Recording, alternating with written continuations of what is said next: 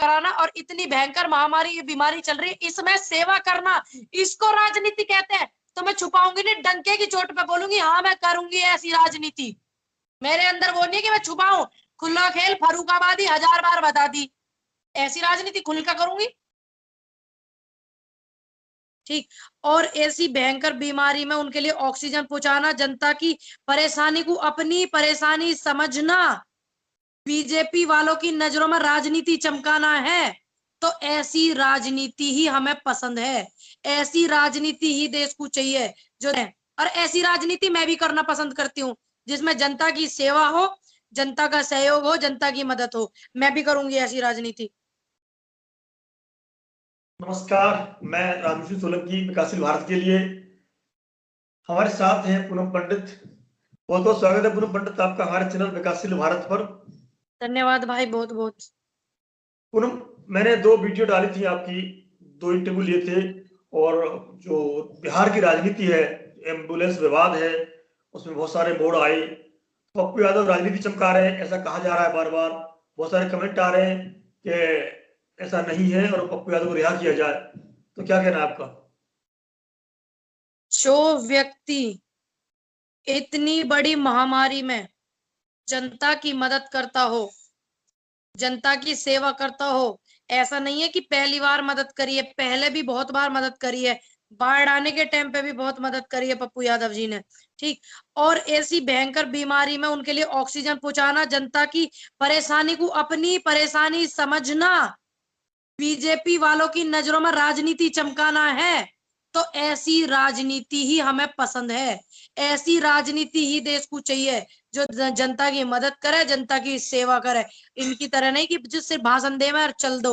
और ऐसी राजनीति देश को चाहिए। तो मैं विनती करती हूँ देश के युवा से और देश के किसानों से कि आए ऐसी राजनीति करें। और ऐसी राजनीति मैं भी करना पसंद करती हूँ जिसमें जनता की सेवा हो, जनता का सहयोग हो, जनता की मदद हो। मैं भी करूंगी ऐसी राजनीति। लेकिन माननीय प्रधानमंत्री जी ने कहा है जनता का सेवक हूं मैं, वो तो नंबर 1 सेवक है।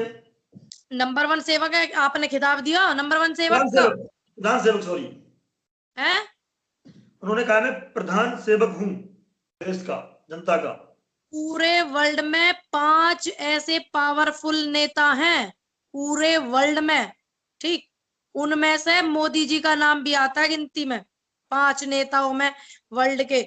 और जो सबसे ज्यादा कोरोना महामारी में विफल सरकार रही है ना, वो मोदी जी की रही है। आप आंकड़े निकाल के देख लियो कैसे प्रधान सेवक हुए।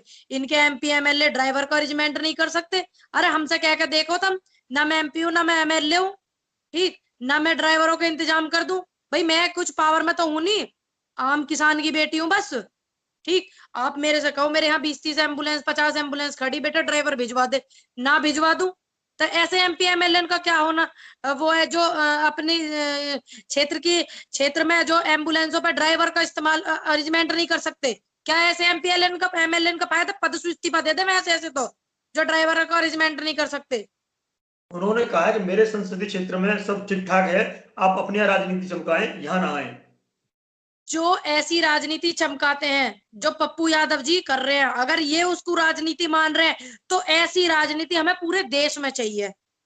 पूरे के पूरे देश में जो जनता की मदद करता हो, जनता की सेवा करता हो, जनता के साथ खड़ा रहता हो, गरीब मजदूरों के साथ खड़ा रहता हो, ऐसे ही राजनेता हमें चाहिए, ना कि इनकी तरह चाहिए। तो मैं विनती करती हूँ देश की जनता से भी कि ऐसे नेताओं को सपोर्ट करें जो ऐसी राजनीति करें, जो ऐसी नहीं कि घर में घुस जाए, बाहर भी नहीं निकलते महामारी से और तुम्हारे पते सुध भी ना लेते। तो ऐसे लोगों को सपोर्ट करें। मैं जनता से अपील करती हूँ, विनती करती हूँ।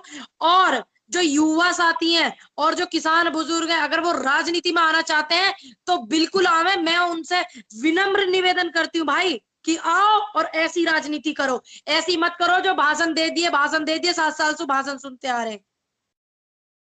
पूनम उनकी हमें धर्मपत्नी है। हमें राजनेता नहीं चाहिए, हमें तो जनता का सेवक चाहिए, जनता की सेवा करने वाले चाहिए।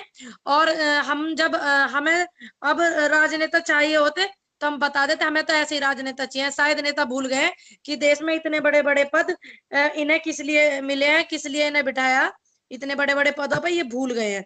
तो मेरा अनुरोध है कि आप जो है अपने पद को त्यागे। हमें तो ऐसी राजनीति चाहिए जैसी पप्पू यादव जी ने करी थी जनता की सेवा करके।